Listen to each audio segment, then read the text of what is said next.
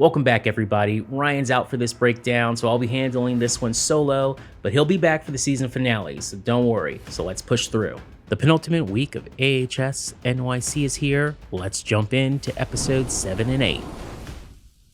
We start with episode 7, The Sentinel. Henry is down bad as he gets the Mr. Blonde treatment from Whitley. Meanwhile, Gino and Patrick, without the police backup he requested, head into the killer's lair. Here we see Whitley's disturbing creation in full glory, a Frankenstein's monster-like creation on a cross.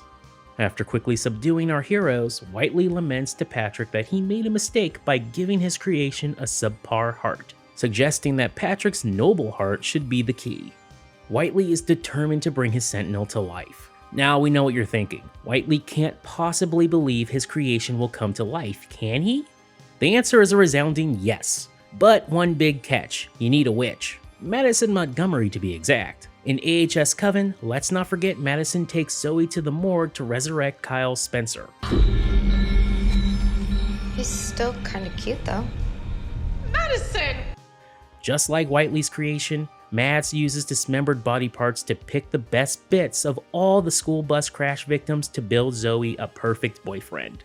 Thankfully, Whitley will never get to realize his disturbing dream because Patrick puts an end to this and shoots him dead. Also take note that Whitley meets the same fate that hit other notable villains in the AHS franchise, such as Bloodyface and Kai Anderson. Also shout out to Henry for giving the audience 2 gory references with Stephen King's Gerald's Game and the entire Saw franchise. The next day, a front page article in The Native hails Patrick as a hero gay cop, although it seems his coworkers would disagree.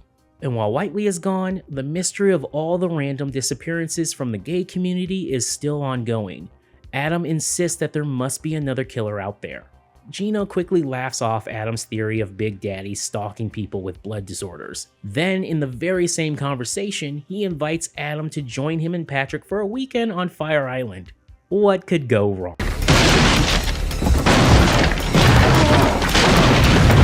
Back with Hannah, after she shares her condition with Adam, she calls her mother and makes a plan to visit.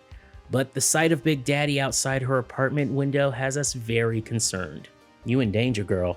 And the episode ends with Gino writing a beautiful and powerful op-ed for the Natives' Pride issue.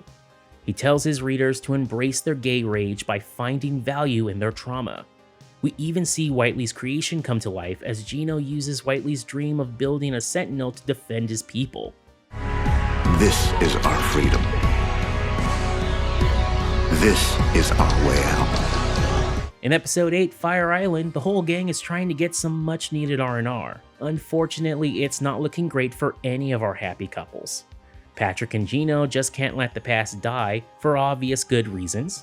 And meanwhile, Adam and Theo are finally realizing their shared symptoms are becoming a lot worse.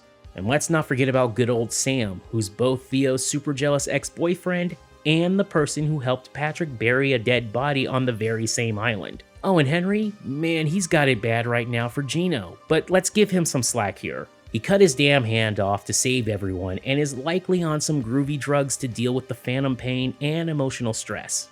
From here, Patrick just treats everyone like crap, while dismissing everyone's fears about their shared symptoms and Big Daddy. And here we can see that Patrick is definitely not the hero that some may think he is. Now he's getting visions of his dead ex-wife. That's not good.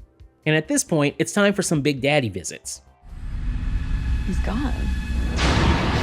There's that creepy peeping Tom I told you about. First, he spooks our lesbian trio, then crashes the boys' rental house, giving Patrick another chance to play good cop by shooting him. And of course, from there, they commit the horror sin of not unmasking the villain before leaving the room. Oh well.